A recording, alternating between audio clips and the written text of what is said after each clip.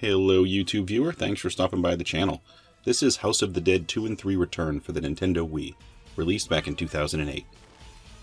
These are on-rail shooters created by Sega that originally came out in arcades in 1998. It was one of those arcade games that had two guns attached to the machine, with cables, and you dump tons of quarters into the console to keep yourself alive and moving.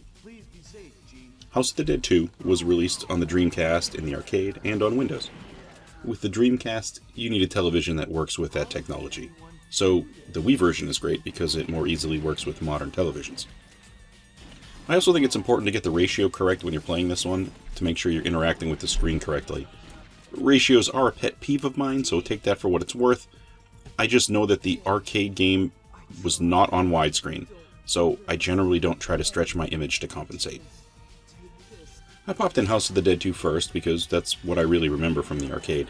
It's one of those games where you get 6 shots and then your gun is empty. To reload, you point your gun off screen and it'll reload for you. So you're going to find yourself continually going back and forth, pointing on the screen and shooting, and then off the screen to reload, and then back and forth. It's a lot of chaos, loading and unloading and shooting and everything happening on screen, and it all seems to work pretty good on the Wii. It looks like just what I remember from the arcade game, and it has the same ridiculousness with its story. And that's if you call it a story.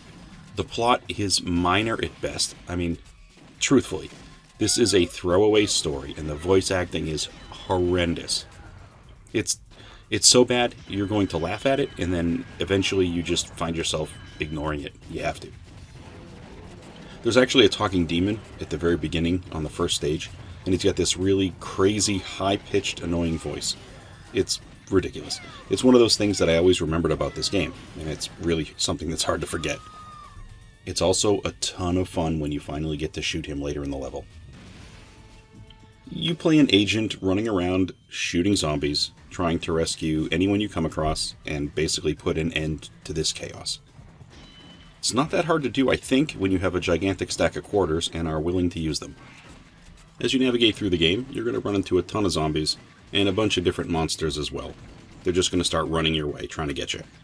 Also, occasionally when you round a corner, you might be interrupting somewhat of an event, like there could be a person that's being chased by a monster or a zombie. They're right about to get killed. If you're quick enough, you can shoot the creature trying to kill them. Or you could miss, and the creature will kill the person. And you could probably also shoot the person dead yourself by accident, so there's that as well. But these interactions can be useful. They do tend to happen pretty fast, and you're probably not going to know what to shoot at until you've gone through the game a few times and start memorizing where these things are. But if you manage to successfully rescue somebody, you might get a power-up of some kind, and those are always useful in a game like this. Also, it's arcade mode that I generally play, and when you're playing, you can shoot various boxes and barrels that are just lying around the environment. Sometimes they're going to drop a gem, or once I saw a golden frog, but for the most part, you're looking for extra items, I think. You probably want to focus on the civilians most. If you save one, sometimes they give you a life up, which is great. There's also an original game mode that's supposed to be a bit more forgiving than the arcade mode. A little confusing that they would word it as the original, but it is what it is. In this particular mode, you can use different items to enhance the gameplay, like you can set it up so you have extra bullets for your gun, or you can do a little more damage. It does play a little smoother this way, I think. It is certainly on rails, and you do get slight path variations. Those tend to occur pretty fast, though, so usually it's like a door. If you shoot a door open, you might go a different way, something like that. They happen pretty fast. Some of these opportunities you really have to be ready for. There's also a boss mode that they have offered in this game as well, where you can just worry about shooting the bosses, and that's kind of all you do. Interesting. In this one, you really only have to worry mostly about aiming and shooting. So, in that way, maybe it's a little brainless of an experience, but it's an arcade fun experience for sure.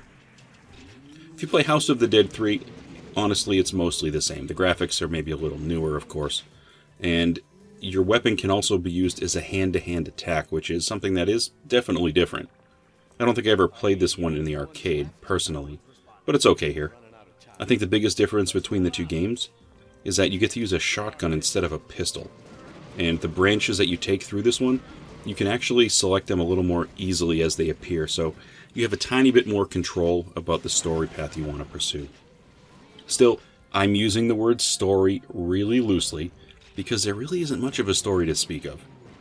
I guess I could attempt to describe it for you, but believe me when I tell you, it's just horribly melodramatic, and it's kind of a waste. The voice acting in both of these games is just awful. They just don't help the situation. If they didn't have a story at all and it was just you shooting zombies, it would have been better. But it's a shooter, and it's fun enough. Definitely more fun when you're playing with a friend, I think. Two people standing in front of a television, goofing around, shooting zombies and monsters. That works just fine. It's enjoyable. They also made these games into movies.